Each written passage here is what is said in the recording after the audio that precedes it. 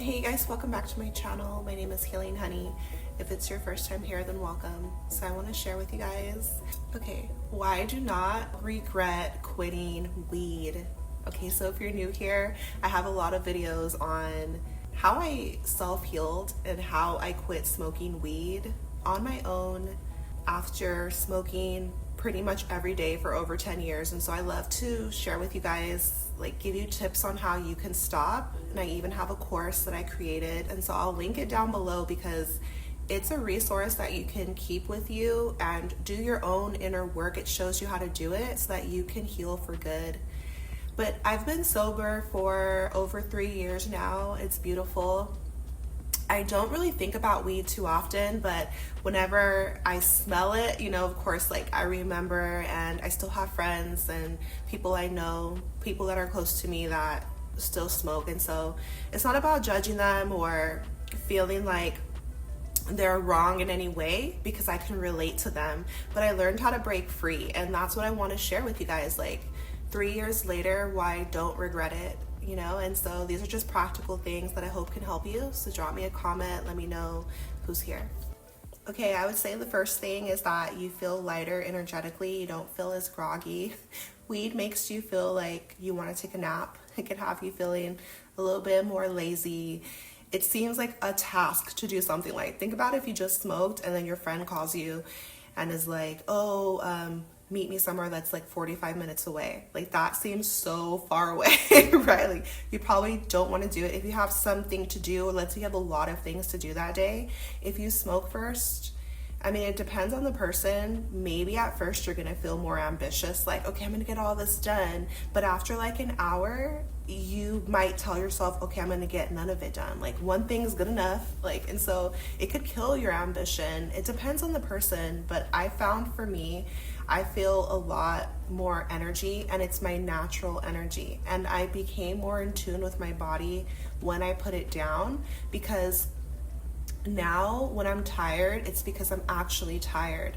And so you're able to listen to your body, which is very much alive, and you're more in tune with yourself. How do you really feel physically? Because weed can weigh you down. So that's one of the biggest reasons why I don't regret quitting, is because my eyes are not all low. I'm not feeling real sleepy in the middle of the day.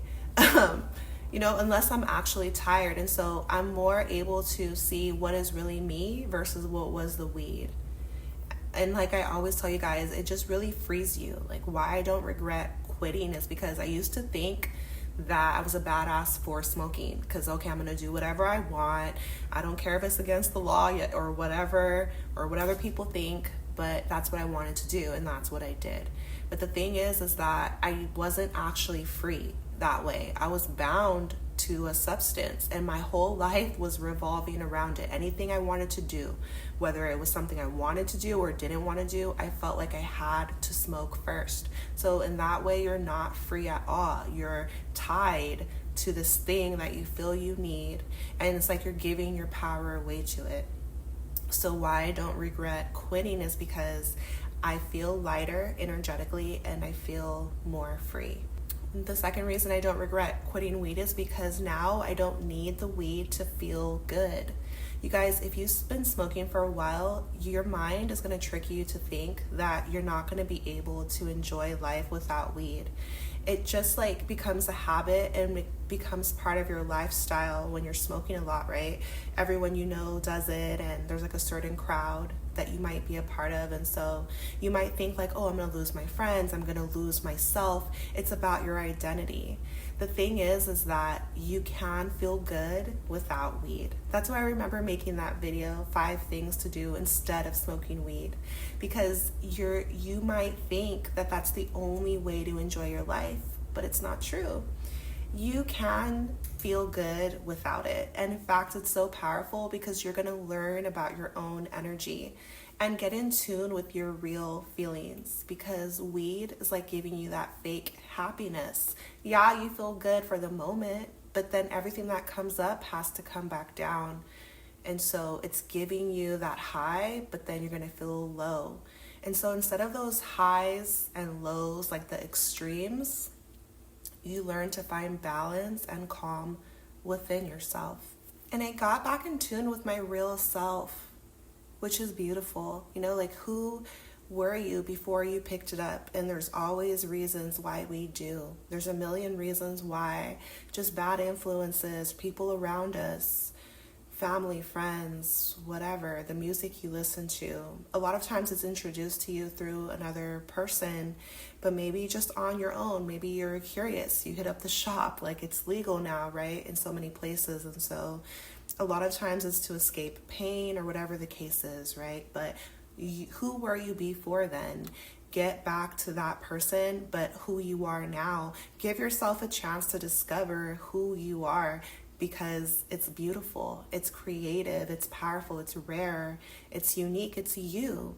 And there's so much power within you. There's so much like beauty within you, but it's covered by the weed. And the weed is altering your state of mind. It's like a persona, it's like a mask, because you are going to act one way when you're high and you're going to act a whole different way when you're not. So I remember doing things when I was high that I would have never done if I wasn't.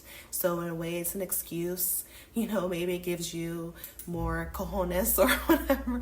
It gives you more, you know, just like this. It's the same vibe as when people get drunk. Oh, it's because I was drunk. Really? Like, and so do what you want to do naturally. Can you still do it when it's just you? And what do you like to do? What excites you? What makes you sad? Who is really your friend? Who is not? Like, you got to know these things, discover these things sober. And yeah, sometimes it feels uncomfortable. Sometimes it hurts because you have to maybe see things with clear eyes. But that's the beauty of it. That's the power of it.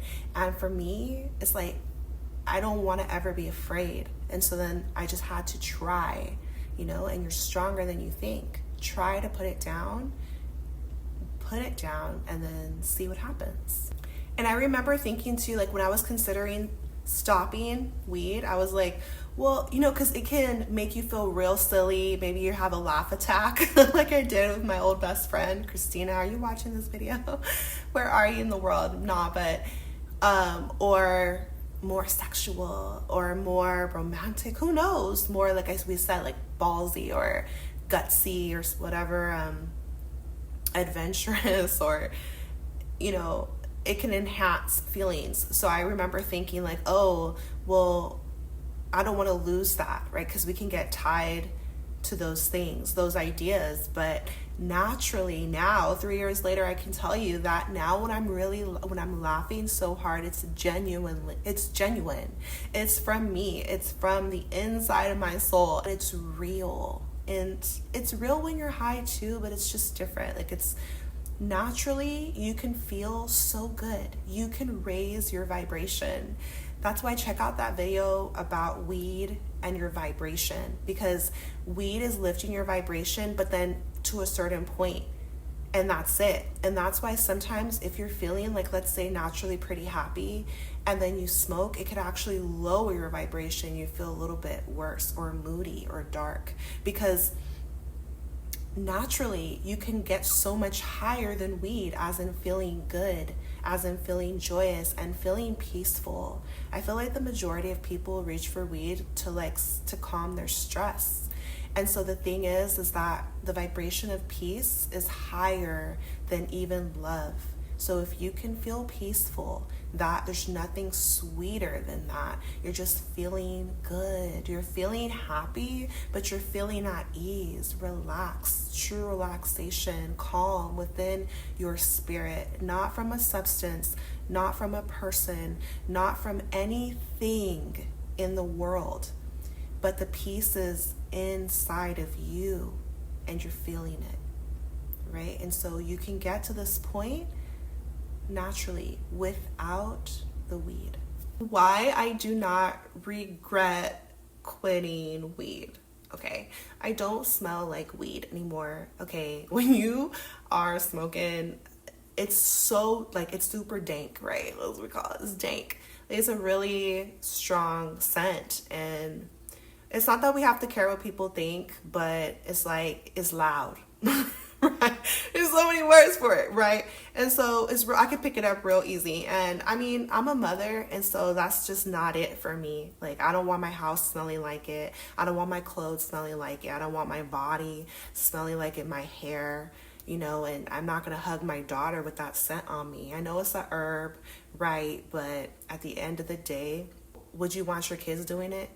Like, straight up, like, most likely not. So just the same thing, like, you're not going to give a kid like a margarita or a drink, right? And so you're not going to give them weed either, because at the end of the day, deep down inside, whether we want to admit it or not, like, if we don't want them doing it, why should we do it? So that's why I talk about self-love, things like that, self-care, because we might think deep inside that we don't matter, that, oh, we can handle it, or it makes us feel good. It's like we got to get to the root issues of why we really reach for it and things like that. So, positive of quitting, why I don't regret quitting is because I no longer smell like it.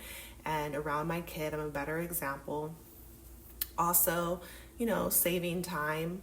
Like, I have so much time back, because we don't stop to think how much time goes into weed.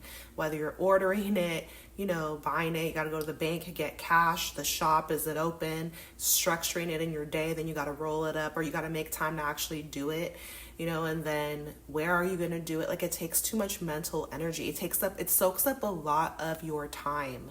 Then sometimes you're taking naps, right? You're like trying to recover from what you're doing. And not to mention money. Like, I don't regret quitting because of how much money I've saved. So it's just like a lot of positives to quitting. And now that time can go towards something more productive for my life. Yeah. Okay, guys, why I do not regret quitting weed. And I never thought I'd be making a video like this. Like, it had just become part of my life for so long, but I'm just so grateful. Like, when I stop and think about it, how I was able to change and just transform and shed it, like, just let it go, right? You're not the weed. And so, okay, so I feel like a huge positive is that I was able to heal the root reasons why I was even reaching for it, because sometimes you're just doing it to turn up, to party.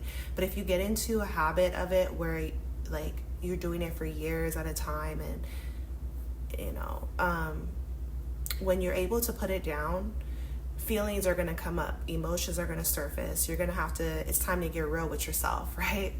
And it's just a natural process. It doesn't have to be scary. But for me, I learned about, like, deep parts of myself that were hidden before, because the thing with weed is, like, it's a temporary little fix. Yeah, it's temporary happiness, temporary peace, temporary feel like you solved the problem, but the problem is still there, or the problems, they're just multiplying, because it's like you're not really fixing nothing, you're ignoring it. And so when I put it down, I got to see, how do I feel and why, and just deal with that. I had to cut some people out of my life. I had to ask myself some hard questions, and just kind of like, why was I doing certain things, and learn about my own behavior. So, like, self-discovery and forgiving myself, forgiving other people, and deciding where I wanted to head in my life, learning to believe in myself. Like, that was a huge thing. Building my self-confidence and loving myself instead of getting the love from outside in the world. Like, because we feel like, okay, people are supposed to treat us a certain way, your family or other people. Maybe you thought life should go a certain way. But when you're able to, like, be there for yourself, you feel stronger. You discover, like, okay, everybody is just on their own journey. Like, God or consciousness is having different experiences through each of us. And so nobody is perfect down here. Your parents are not perfect. Your exes or your partner is not perfect. Like, your kids are not perfect. Your grandparents, your friends, best friend, whatever. Like, life can be hard sometimes. Everybody, like, unless you go on this type of journey where you're healing yourself, like, then people are repeating patterns. They're creating more chaos and drama. Like, they're spreading it around. And so that's why, like, I created this channel. And I'm not like just telling you, it's something that I have done for me and will continue to do for me, and share with you guys like how to do it. And so like a huge part of healing is being brave and courageous to discover what's in your shadows, to discover your own strength. Can you do it? Can you be brave? Because it's easy to take the easy way out. It's easy to just get drunk and just forget everything and to just act perfect. But if inside you're hurting or something made you sad or mad, like that's okay. It doesn't make you weak. It makes you have a human experience. And the way that you grow is by being honest with yourself. No matter how chaotic it looks in the moment, you're going to get through it, but you have to deal with it.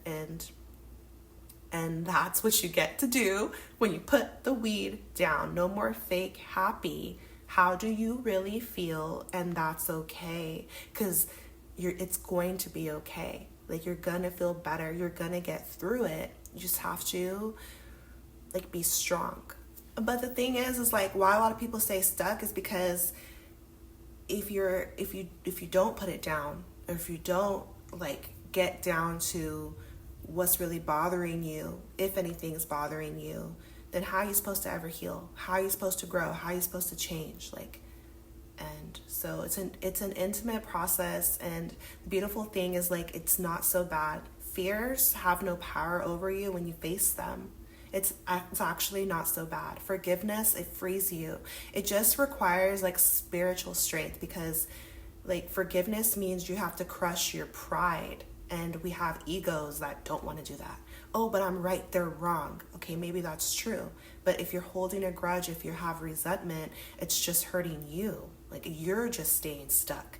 You're just angry. You're just mad. You're just, hurting for a long time until you can learn the spiritual lesson, which is humility, compassion, forgiveness, and love.